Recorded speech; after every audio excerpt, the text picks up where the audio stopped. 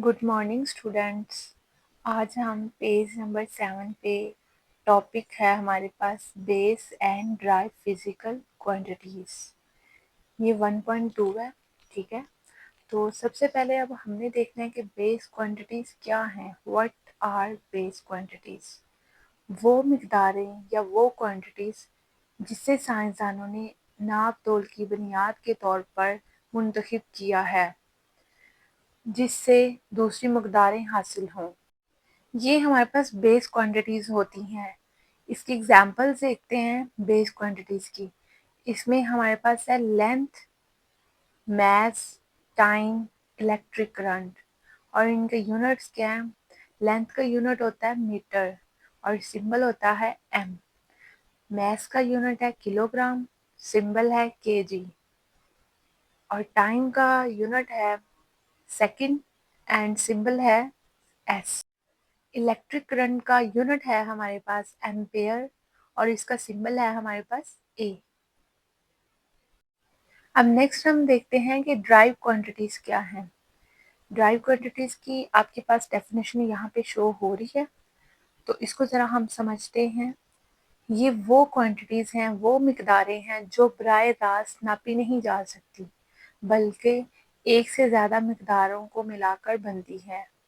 जैसा कि speed is a drive quantities that depend on distance and time, which are base quantities. Okay? अब हम इसका देखते हैं table.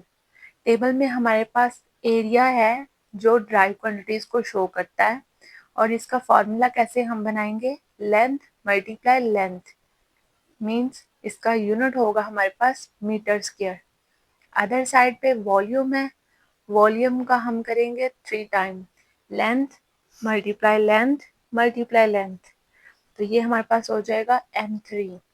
Okay, speed over velocity, length divided by time metre per second. ठीक है, length metre को शो करता है और टाइम सेकंड को शो करता है। एक्सेलरेशन, इसका फॉर्मूला होगा velocity over time. Velocity m को रिप्रेजेंट करता है और टाइम सेकंड को रिप्रेजेंट करता है। यहाँ पे हमारे पास सेकंड का स्क्वायर होगा। ठीक है, अब हमारे पास है फोर्स। फोर्स क्या है? फोर्स का फॉर्मूला है मास मल्टीप्लाई एक्सेलरेशन, तो इसका यूनिट होगा हमारे पास न्यूटन। तो न्यूटन को हम n से रिप्रेजेंट करते हैं। और लास्ट पे हम देखते हैं प्रेशर को। प्रेशर का फॉर्मूला होता है फोर्स डिवाइडेड बाय एरिया, तो इसका यूनिट हमारे पास होता है पास्कल। अब हमारा नेक्स्ट टॉपिक है मेजरमेंट ऑफ फिजिकल क्वांटिटी। तो अब हम जरा इसको देखते हैं। क्या आप जानते हैं कि लोग रूलर या मेजरिंग टेप से बनने से पहले क्या चीज थी जो इस्तेमाल करके चीजों को मेजर करते थे? Let's find out. पैमाइश एक ऐसा अमल है जिसमें किसी नामालूम मकदार का मुकाबला एक ऐसी मियारी मकदार से किया जाता है जो सबके लिए काबिल कबूल हो। पैमाइश के दो हिस्से होते हैं, एक अदद और एक इकाई। इकाई के बगैर पैमाइश का कोई मतलब नहीं। अगर हम सिर्फ अदद बताएं और इकाई ना बताएं तो कोई भी नहीं समझेगा कि हम किस चीज़ की बात कर रहे हैं। हम इसको एग्जाम्पल के तौर पर समझते हैं। अगर मैं कहती हूँ कि मेरा कद 5 है, तो आपको यकीनन समझ नहीं आ रही होगी कि मैं किस बात की बात कर रही हूँ। अगर मैं कहूँगी कि मेरा कद 5 फुट है या 5 मीटर है, तो एब्सोल्युटली सबको समझने में बहुत आसानी हुई होगी।